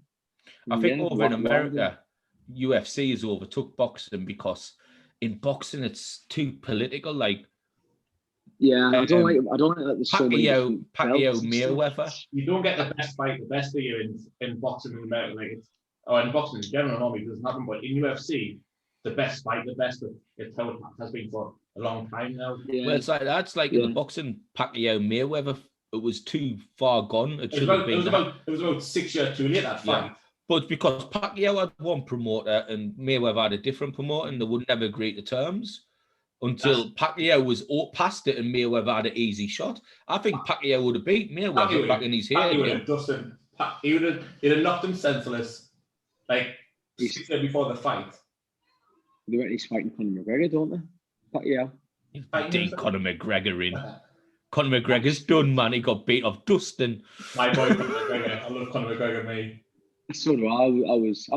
I like both of them. I like Dustin Poirier and Conor McGregor. So I was a little bit sat on the fence, to be honest. I think Poirier is an absolute animal. He's a fantastic fight. He is. Well, I mean, I saw something that was like, I think it was the minutes of activity in the cage and like the last however long. And I think Poirier had been in there for like, it was 80 minutes or something, and McGregor had been in there for like 50 seconds. I just think you can't just have that long off. You can't, like you said, against like somebody who's that much of an animal. Yeah, inactivity is a massive killer in that game. You have to fight to stay in that condition. But me and Steve had the conversation. Me and planned, if it wasn't for Conor McGregor, UFC would not be on like the mainstream as what it is now, because Conor McGregor for the UFC is catapulted into like atmosphere. Like, oh god, no matter who you are, if you fight Conor McGregor, probably one of the biggest fights, if not the biggest fight, to UFC at the moment. But Conor McGregor is still not one of. I didn't catch what you said there. It went really. I agree with you that Conor McGregor brings a pull, but I'm not giving you Conor McGregor as a top 5 fighter ever. No, I don't know why you get. I've never said Conor. You did. You said on about 4 weeks ago on the podcast. Conor McGregor is top 5 all time. You said it yourself. No, I didn't. I've never said Conor McGregor is top 5 all time. I said Conor McGregor is one of the biggest. I'll tell you what, Marty. I'm going to go back and I'm going to screen share a moment that you said Conor McGregor is top 5. You do it.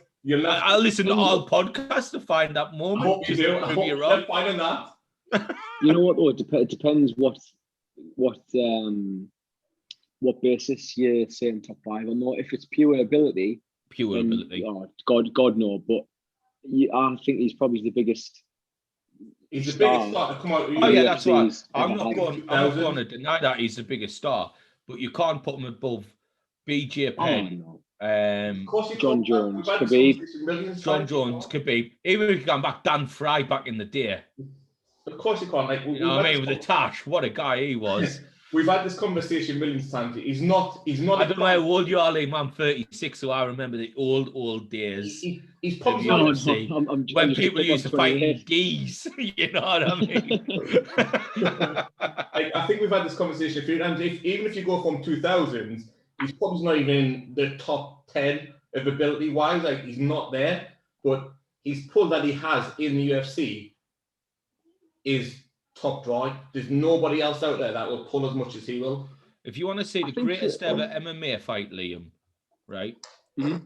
Google Dan Fry, and it'll be the first one that comes up, and he's fighting this Japanese bloke, right? And what happens is they go to the center of the ring, and they just grab each other by the back of their heads and just start punching each other. And that is that. They're just doing that for about 2 minutes. I think my favourite. Tell you what my favourite one is. Certainly what's up there. Holloway's last fight against Calvin Kattar. That was. I do like Max.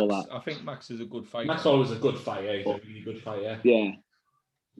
He's a nice guy though. I listen to his Joe Rogan podcast and he just comes across so like humble and he's so friendly for he's like one of the boys. See, one of my favourites at the moment is Colby Colberton, right? And I was absolutely, you know what? I was devastated when he got beat up Usman. I was there. I was like, no. I can't stand him, you know. What about you, boy? I think Uriah Faber? I love my boy What Uriah is? as well. Uriah fought when I love was it. there, and I was devastated when he got beat up Peter Yan. But Uriah's time was over. Everyone knew it. But Uriah Faber's done a lot for the UFC. He might never be in the champion UFC. He was in WEC, but what he's done out of it with Team Alpha Male and that, you got to think Uriah Faber's You might as well pick them up because oh, look at that. You might as well pick them Who's up. a roost, isn't he? Another special guest. Tell you what, Here the he best is. looking person on our podcast yet, isn't he? Yeah, son. Not you, Liam. I'll take third place for that. After me and the dog, you eat. Yeah. But Yeah, I like Uriah Faber. Yeah, I tell you, I like Cody Garbrandt as well. Yeah, I like Cody as well. His last fight, his knockout, incredible. Like, I'll tell you what, absolutely incredible. at the minute, behind obviously McGregor, my second favourite, Sugar Sean. I love Sugar Sean. He's fighting soon.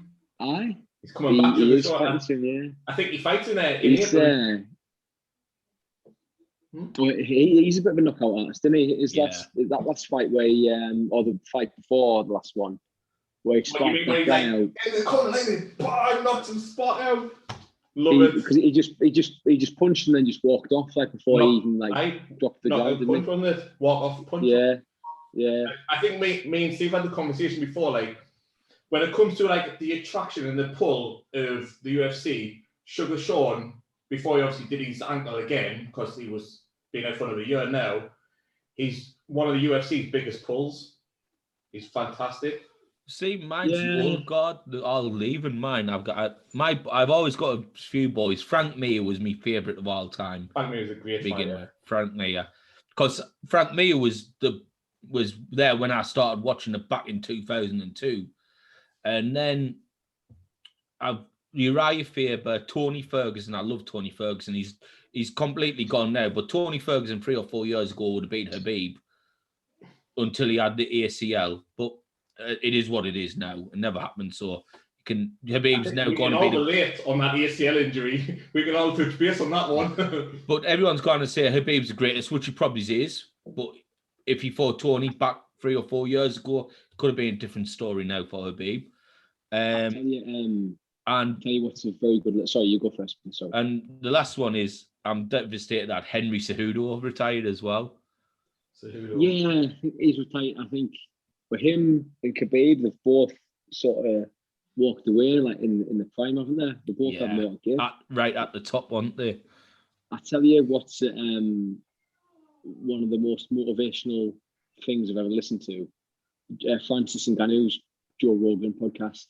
Oh, when he's talking about his childhood. Christ, his journey, man. Like, I think like 5 years ago, he was like, I think he'd been fighting MMA. He'd been competing in MMA for like 14 months, I think it was, before, like, when the UFC, like, give him a contract. He literally traveled from like from Cameroon to France, like, as an illegal immigrant, just like getting there by any means necessary on like fucking on boats and stuff across the Mediterranean. Well, I read a thing where mental story where he said like everyone talks about the childhood in the UFC gyms and like the friends and that, and he goes, "I never had a childhood." Like, saw that, yeah. So and it's absolutely heartbreaking, isn't it? It is. It's proper sad. Like, I always look back at my childhood and have great memories of it. Yeah. And for someone not to have one, it's kind of is heartbreaking because it is. But I like Francis Ngannou. I think he's a really good fighter. I think he's a bit tomorrow night, isn't he? He is. I think he was a bit shy the first time he fought Stipe here, but I think he'll knock Stipe out this time. I like Stipe, but I like Francis, and after listening to his life story, I think, you know what, like nobody's more deserving of all that belt and all the accolades that come with it than him. Like, I challenge anybody to find a more like powerful, deserving person. It's crazy, absolutely crazy. Like when he turned around and said winning the UFC championship would be like having a childhood, like having a childhood, and be like that, you know. Back, he he makes you want to root for him. That's the thing, isn't it? Like he does, yeah. And I really like Francis Ngannou, and I think I hope he does beat Stipe. As much as I like Stipe, because I do, I want Francis to win just because of what he's been through and what he's done to get here. Yeah, man. I can't wait to watch it. Like, I won't well, we've got a great night tomorrow night, haven't we? The boxing and then the UFC straight afterwards. Great Saturday night, that. Grand Prix qualifying, Sunderland game. What more do you want? What a weekend. That's the sport. I love sporting weekends now. Everything's coming back on, isn't it? That's it. I mean, it's like what a weekend it is, or what a weekend for sport. I mean, obviously, I want to get this in now before you do dash in a bit later. But I want to get it in now before we forget the later on. But I want to say again, thank you very much for coming on the show tonight. Obviously, you know what? I've really enjoyed it. Thanks for having us. No, it's our pleasure. Like I said, we say the same thing like every week now. Like whether you're coming on to promote your own business, which is not fun because that's what we want as well, or whether you're coming on just to have a chat with us, have a drink with us. Like even on Instagram, like we get very little people like maybe you say kind of come on Insta with you because the camera's shy, and we also look. Now we do the podcast. We don't need your face on the picture. Like look at Steve. Steve's an ugly cunt to start with, so if he can come on, I don't know how you can come on to start with. You look like an absolute terrorist. But now we run our podcast through Zoom. All we need is your audio. All we need is your voice. So you don't even have to come on like show your boat race. But like massively appreciate you coming on. Obviously joining the call with us as well. And obviously before you do plug your business and company once more while you're here. Well, first of all, again, thank you so much for. Sorry, the dogs. Dogs are wiggling around. Again, first of all, thank you very, very much for having us on. I didn't know what to expect, but I've really, really enjoyed that. It's been class. I'd love to come on again. It's like you're just in the pub, mate. That's how we treat it. It's been great. It's been good catching up with you, Marty. It's good to meet you as well, mate. Final plug for the business. Marlwood Financial Group. We're on Instagram. We're on Facebook. Do you have a web page? The website as well. Yeah, www.marlwoodfinancial.co.uk. Life insurance and mortgage specialists. So if anybody listening wants a free life insurance review, or if anybody funny enough, I think we're actually looking at buying the Samsung rather than later as well.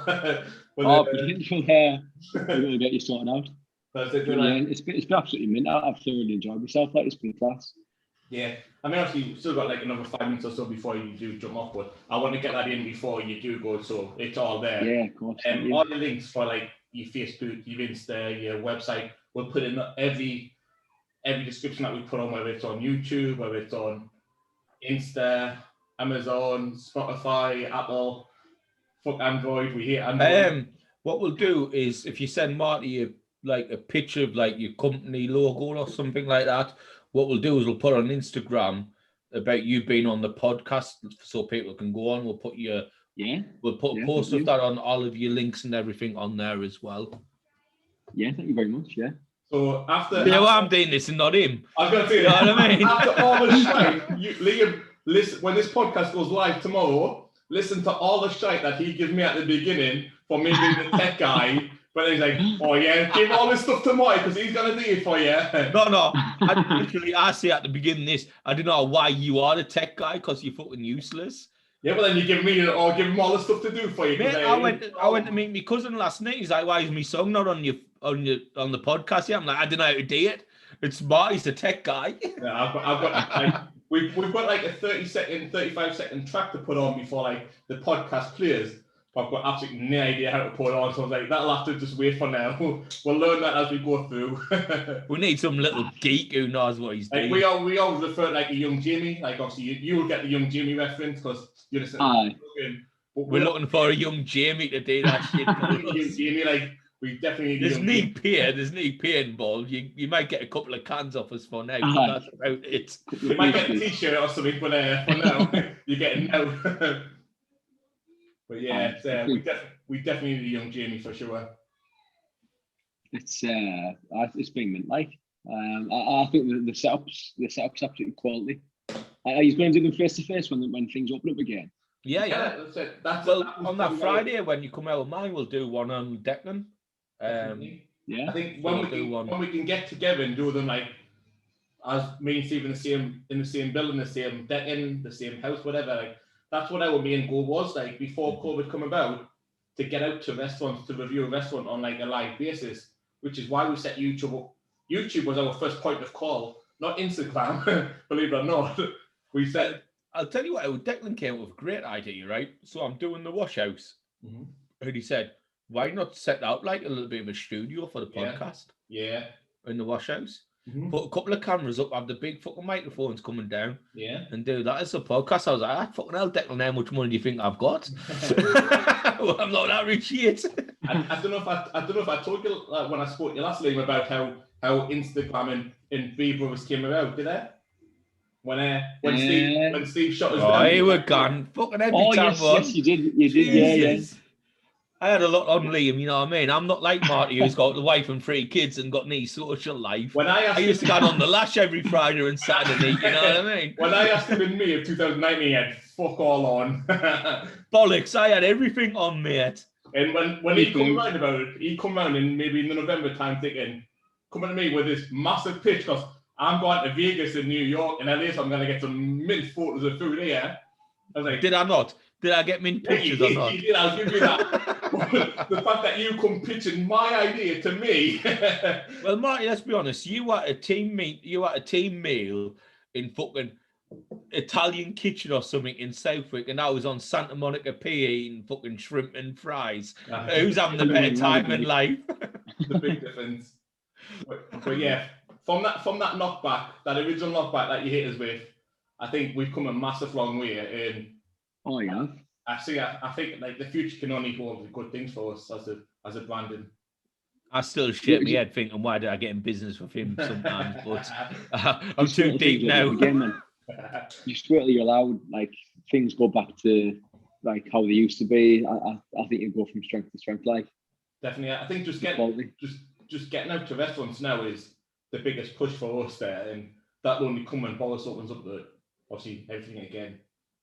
Yeah. Well, I think someone stole the show off us, hasn't he? He has. He stole the show, hasn't he? He's enjoying that, mate. The best of the good boys over there, isn't he? Well, he's got his own Instagram as well. I know we'll tag him in Instagram as well. We'll tag him, he was on the podcast as well. Gee, that's only going to be famous. He'll get more followers than Marlo because of it. But no, for me and Steve, obviously, it's been a real pleasure having you on him again. I couldn't thank you enough for coming on just to show some support for us and obviously for yourself as well with your business. Pleasure's all mine. Massively. Pleasure's all mine, lads. Thank you so much. We'll definitely do it again. Definitely. Next time maybe get your business partner on as well there, get him on as well, Adam. He's it's his missus' birthday today. He's looking after her, getting all the food in, being that romantic boyfriend, playing that role tonight. So Gotta do it at times. Yeah, but it'll be on next time. Next time. We'll get you both on next time. You never know, might be able to get done in a pub next time. So that's fingers crossed. Fingers crossed, but definitely. Fingers crossed. Yeah. Thank you so could much, be in the wash house. That's it. We're in the wash house with the pizza oven on the go. You know what I mean? I'll hold you to that, mate. I'll hold you to that. Chicken curry for me, please, mate. We'll have it on the deck, and I've just built some decking out the back garden. We'll have it on the deck. What a Friday night that would be, man, wouldn't it? Me brothers and Marlwood official on the go. That'll do for me. I know, but it's been a pleasure to meet you, Liam. It's absolutely pleasure. You as well, mate. Thank you very much. I told you he wasn't that big of a cunt. I mean, I mentioned he's a big head, but I told you he was all right. But yeah, Liam, obviously I'll speak to you later on as well. Like probably not tonight, because I know you're off the bed to give your missus some attention. Yeah, sure. Need some TLC. I best go. Should probably stood at the door like that, didn't she? Send the dog over there and come bug him away, man. Go tell me it's time. I'm getting my marching orders, like. That's it. She's got them headphones in it, so she can't hear. Yeah. But no, Liam, again, once more, mate, thank you very much for coming on. We massively appreciate it. And thanks so much, lads. Catch you in a bit. Have a lovely weekend. You too, mate. Thank you. Cheers, mate. Bye-bye. Have a good one. Bye. Bye. There you go. That was So that was Liam. A good bloke, nice fella. Nice fella. Like I said, I've only known him for probably about like 18 months to 2 years, but he actually joined for the Grange when I went away, when I had that season away from them. But Oh yeah. one of the nicest memories, and this is going to sound bad, but one of the nicest memories. Did he take your number, did he? Eh? Did he take your number? He took my position because I left in there, given that position. So they upgraded when you left, did they? Downgrade. I When I went, like see he never mentioned that on the podcast there when he was on. I was going to bring the story up. Like, when I went back, they couldn't decide like whether it was me or Liam, because obviously after I did me ACL and obviously I had the meniscus and stuff on my knee, like I lost like so much pace. But Liam he's quick as fuck, really is. But there's a difference. Like you can put the ball over the top and just let Liam chase it because he will chase every ball, or you can play it at my feet and bring the full team around. So they couldn't decide. What are you talking about? You're fucking useless. You chase the ball MMC. The Greens couldn't decide like which way to play it. So they played us both together like for a few games, and it was working. And there's this one game, I think we might have played their Fruities team, right? So we won the Look at that. Oh, that's a good. You didn't know what it is? I don't know. It's a good pour. Whoa, it's drink Maxim, never drink brown. So the boys were in town. Right? There was only me and Liam up there, like, on the edge of their box, on the edge of the 18-yarder on the D, and literally Liam had the ball, and they had both players around him, right? Both centre halves coming towards him, and I was 5-6 yards of space to the right of him, and I was like, Liam, put us in, and I'm hearing go if he puts in, like literally just plays it in. And he tries to tap my shot, and it gets blocked and gets out for a corner, and that was it. I seen the red, right? And I was like, "Hey man, you fucking greedy bastard!" I swear to God, obviously, you know I'm generally a nice bloke, but when we play footy, I can like. No, you're not. You're an arsehole in our life. I can generally lose in like a split second, and this was it. Me and him, we were fucking head to head. We were like clanging each other. Like I thought we were gonna scrap into a fight, me. And this was like midway through the first half, because 10 minutes prior to that. He played us in, but he put the ball like too wide of us, like exactly the same position. But he put the ball probably like 2 or 3 yards to the wrong side of us, so I had to run onto it. And then by the time the players coming back, so this time obviously when it happened, I was like, "Yeah, give us it," and he never gives it. So I'm saying I just lost. I was like, "You're taking the hardest chance in the world for yourself, but you wouldn't play that easy pass, which you might have done like 10 minutes ago." So we were both of us, we were squared up, like it was absolutely mad to see. But then the half time, I really need a chin you like Marty. Probably will. But I was a bit stocky the game, so I reckon I could have had him as well. So but you bet him. So at half time, mate, I see we were just getting the water bit and stuff, and he went one side and I went the other side because we were still fuming with each other at the time, mate. And we were walking back on the pitch. He went, "Why?" I was like, "Oaksy."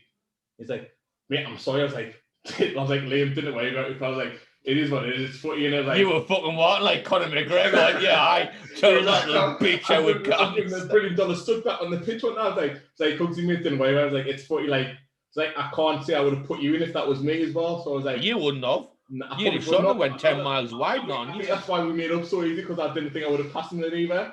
But I was like, "Look, we're strikers, aren't we? Anything around the box, we're going to have it go." I was like, totally agree. Well, let's be honest. The greatest pass you've ever made is to me in that final.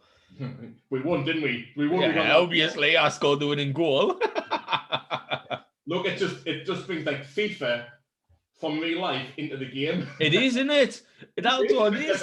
However, in real life, I was playing in centre half, took the ball down, played it a year, carried on me run like Eunice Kabul. That was me pass from you. I'm sure into the far corner, into the knee slide. You know what I mean? We've shot on. What a final that was as well. We deserved to win that. We were the best team in the tournament. I'll never forget when we played on a Thursday night and Brad Mitchell went.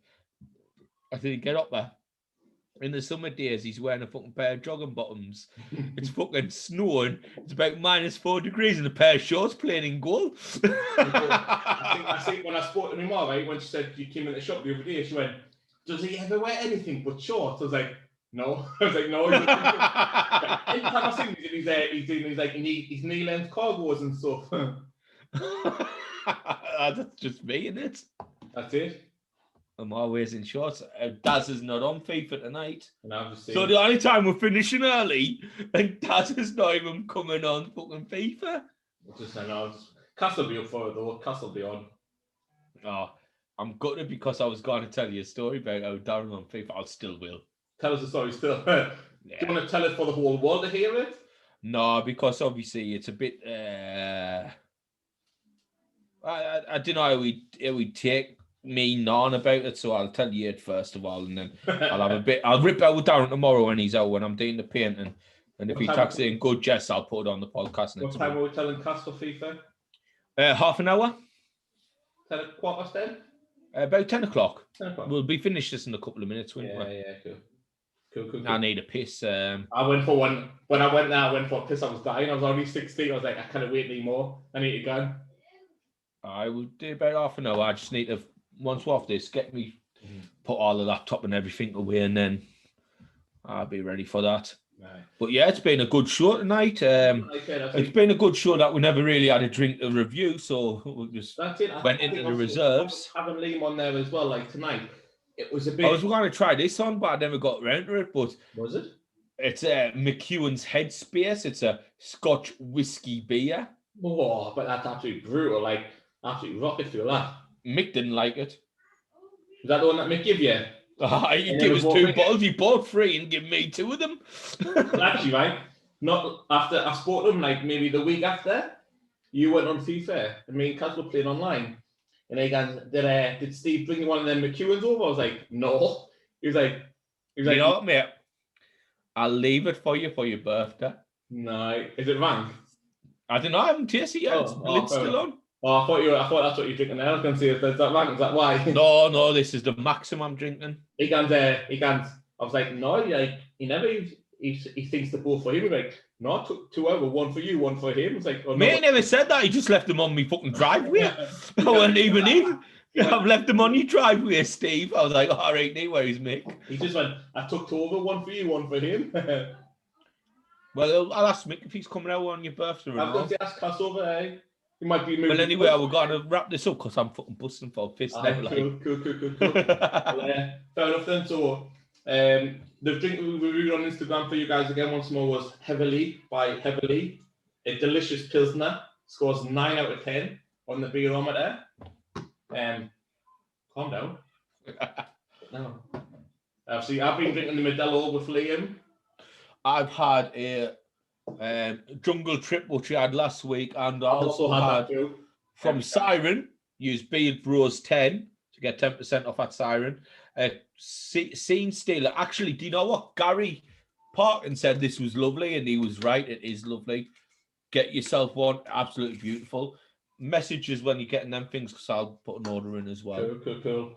Probably tomorrow, because by the time we get online, I'll have a few more. I'll be steaming, so I'll look at them put in tomorrow. I've got them t-shirts as well. Obviously, t-shirts, the winner of the original competition. For the winner of the original competition, Hayden Burks. Congratulations, you'll get yours. I might pop over tomorrow for them. Are you off tomorrow? Are you? Yes, I'm down B&Q to pick some stones up, so I might pop out before B&Q. Well, let us know when you come over, and I'll go in a bit Percy P. Mate, just tell us when you're on your lunch, and I'll pop out with them. I'll tell you now. Messages, mate. I need a piss. Right, and that's it. So is that it? Yeah. Before you do jump and you do piss. You're a bastard, mate. Hurry up, man. Hurry up. I just want to see it once more for all you guys that do listen to us when we actually do drop this podcast. As we always say, drop us a like, drop us a comment. Let us know what you think. Let us know what beer you want us to try. If you do want to get on, obviously drop us a DM. I'll reply to you, not him. And yeah, for me, I'm good. Anything from you, Steve? No, I'm all right. Cool. All right. Well, thanks very much for the episode. Just thank you for Liam for coming on tonight, and that's about it. Liam, good guest, nice bloke. For me, from you, be brothers out. Stay safe. I've got so many pop-ups popped up there when I went. Yeah, just stop the recording, will you? I've got a million pop-ups here that all popped up there right there. Let's try that again. For most, be brothers out. Take care.